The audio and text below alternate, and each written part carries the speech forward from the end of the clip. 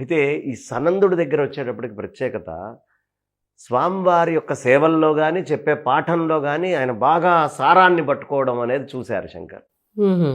ఎప్పుడైనా గురువుకి విద్యని వేగంగా పట్టుకునే వాళ్ళ మీద ప్రేమ కొంచెం ఎక్కువ ఉంటుంది, కొంచెం ఉంటుంది వాళ్ళకంటే. ఎవరి యోగ్యతను బట్టి వాళ్ళకి ఇస్తారు. ప్రేమ అనే దానికంటే కూడా ఎవరికి ఏది కావాలో అది ఇంత ఇవ్వాలి గురువు అంటే. వాళ్ళ అర్హతలను బట్టి కాస్త ఎక్కువగా ఈయనకి ఇస్తున్నారు అనే భావన మిగతా శిష్యులకు కలిగింది. సనందుడికి ఎక్కువగా చేస్తున్నారు, సనందుడి పట్ల పక్షపాతం చూపిస్తున్నారు గురువు గారు, ప్రత్యేక శ్రద్ధ, కొంచెం పక్షపాతం చూపిస్తున్నారు.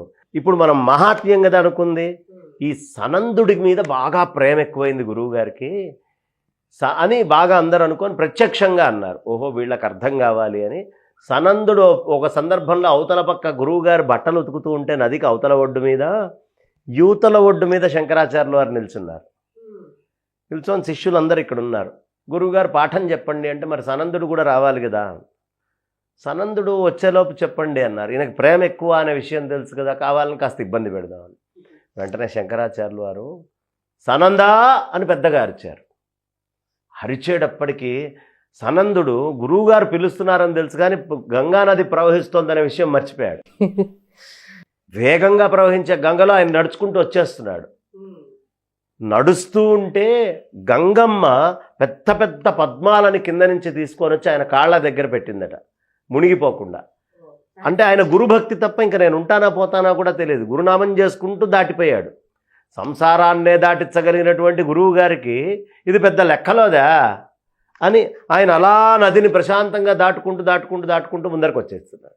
వచ్చి అవతల పక్కకు వచ్చాడు. విస్మయం చెందారు మిగతా శిష్యులందరూ కూడా. వాళ్ళంతటా వాళ్ళకే తేడా అర్థమైందిగా, గురువు తప్ప ఇంకొకటి లేదు సనందుడికి.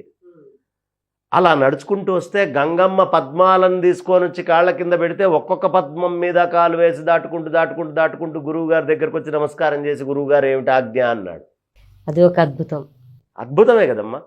అప్పటి నుంచి ఈ సనందుడికి పేరు మారింది, పద్మపాదుడు అని పేరు పెట్టారు. పద్మాల మీద నుంచి నడిచి వచ్చారు కాదు, పద్మపాదాచార్యుల వారు అనే శిష్యుడిగా ఆయన తయారయ్యారు. ఈ పద్మపాదాచార్యుల వారి చరిత్ర చూస్తే ఆయనే కాదు, ఆయన్ని నమ్ముకున్నటువంటి శిష్యుడు అనాయాసంగా ప్రవహించే గంగలో దాటుకుంటూ రాగలడు.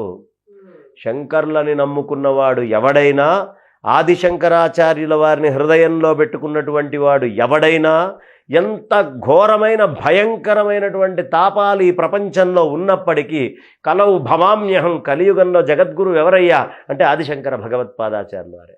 అలాంటి శంకర భగవత్పాదాచార్యుల వారిని మనం గనక ఆశ్రయిస్తే ఇప్పుడు ఉన్న భౌతికమైన ఇబ్బందులు కష్టాలన్నీ చిన్నవైపోతాయమ్మా.